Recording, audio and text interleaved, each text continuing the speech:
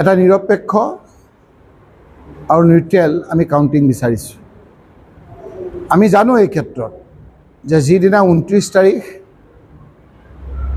পশ্চিমবংগৰ নিৰ্বাচন শেষ হ'ব, তাৰ পিছতেই যে এনেকুৱা এটা পৰিৱেশৰ সৃষ্টি কৰিব এক্সিট পোলৰ যোগেদি যে তেওঁলোকৰহে যেন চৰকাৰ হ'ব, তেনেকুৱা এটা পৰিৱেশ সৃষ্টি কৰাৰ কথাটো আমি আগতীয়াকৈ উমান পাইছিলোঁ।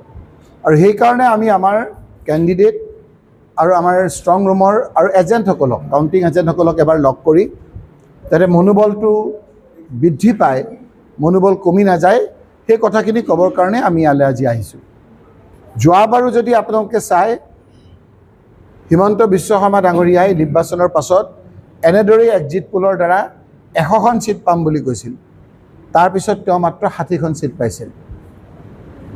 গতিকে এইবাৰ যিহেতু তেওঁ ধৰক বৰক হৈছে, তেওঁৰ গাদ্দি, উজনি নামনি পাহাৰ ভৈয়াম পাহাৰ BTC সকলোতে তেওঁৰ বিৰুদ্ধে এটা প্ৰবল মানুহৰ বিস্ফোৰণ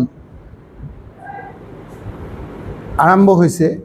সেইকাৰণে আমি আগতীয়াকৈ জানো যে কিছুমান মিডিয়াক লৈ এনে কিছুমান এটা পৰিৱেশৰ সৃষ্টি কৰিব, যাৰ ফলত অফিচাৰসকলক এটা প্ৰভাৱিত কৰিব বিচাৰিব।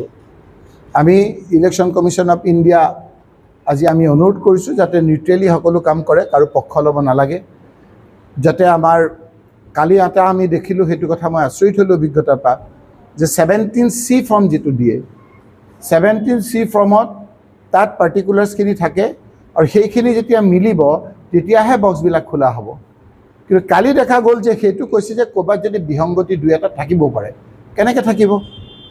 17Cৰ যদি বিসংগতি থাকে তেতিয়াহ'লে তাতকৈ আৰু আপোনাৰ মানে অনিয়ম আৰু কেতিয়াও হ'ব নোৱাৰে। 17C ফৰ্মে আমাৰ হাতিয়াৰ।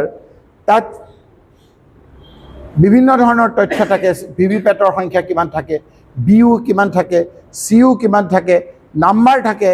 সেই নাম্বাৰবিলাক মিলোৱাৰ পিছত কিমান ভোট টোটেল আছে, কিমান ভোট পুল হ'ল, সেই কথাখিনি আমি জনাৰ পিছতহে 17C ফৰ্ম দি ইলেকশ্যনৰ দিনা আমাক অফিচাৰে, ইলেকশ্যন কমিশ্যন অফ ইণ্ডিয়াৰ অফিচাৰে, পুলিং অফিচাৰে আমাক কাগজবিলাক দিয়ে। আমি ভাবোঁ যে সেই কথাটো কেজুৱেলি কৈছে, এইটো কোনো গ্ৰাহকভাৱে কোৱা নাই বুলি আমি ভাবিছোঁ। কালি কেৱল টিভিত দেখিছোঁ যে 17C ফৰ্ম অৰ্থাৎ বুটৰ যিটো EVMৰ যিবিলাক নম্বৰ, সেইটো সাল সলনি হ'ব পাৰে বুলি কোৱা কথাটো বৰ আপোনাৰ বিপদজনক কথা। যে অল ইণ্ডিয়া কংগ্ৰেছ কমিটিৰ মাননীয় সাধাৰণ সম্পাদক জিতেন্দ্ৰ সিং ডাঙৰীয়া আৰু প্ৰদেশ কংগ্ৰেছৰ সভাপতি গৌৰৱ গগৈ ডাঙৰীয়াই অসমৰ সকলো জিলাৰ 126টা সমষ্টিৰ ষ্ট্ৰং ৰুমসমূহ আৰু কাউণ্টিঙৰ ঠাইসমূহক আমাৰ কেণ্ডিডেট আৰু ষ্ট্ৰং ৰুমত থকা আমাৰ এজেণ্টসকলক এবাৰ দেখা দিবৰ কাৰণে কেইবাখনো কমিটি কৰি দিছিল। আজি আমি যিসকল আহিছোঁ, আমি এই কমিটি আজি ধুবুৰী জিলাৰ 5টা সমষ্টিৰ আমি ইয়াত কাউণ্টিং হলৰ কাষত আমি গৈছোঁ সম্পূৰ্ণ নিয়ম মানি। আৰু আমাৰ যিসকল কেণ্ডিডেট আছে, সেই কেণ্ডিডেটসকলে ভিতৰত গৈ ষ্ট্ৰং ৰুমৰ এজেণ্টসকলক দেখা কৰি আহিছে। আজি এই দলটোত আছে আমাৰ AK ৰছিদ আলম মাননীয় বিধায়ক, Arun Tiwari general secretary APCC, আমাৰ মাজত আছে দীপ বায়ন সেৱা দলৰ অধ্যক্ষ, মুস্তাফা খাদ্দাম হুছেইন জেনেৰেল ছেক্ৰেটাৰী অধিবক্তা, আৰু ইয়াত আমাৰ প্ৰাৰ্থীসকল যথাক্ৰমে সুবান আলী চৰকাৰ আমাৰ বিধায়ক, অমিত বাদশাহ, বেবী বেগম, আমাৰ আশ্ৰাফুৰ প্ৰবতজোৰা কেন্দ্ৰীয়টো আছে, আমাৰ কাৰ্তিক ৰায় গোলোকগঞ্জৰ আমাৰ প্ৰাৰ্থী আছে, আৰু আমাৰ ৱাজাদ আলী চৌধুৰী, তেখেতে গুৱাহাটীত আছে, তেখেতৰ ইলেকশ্যন এজেণ্টো ইয়াত আছে। এইটো কথা মই ক'ব পাহৰিলোঁ, আপুনি কৈছে কি ওলাইছে, চিপৰাং আৰু গাদ্দাৰ।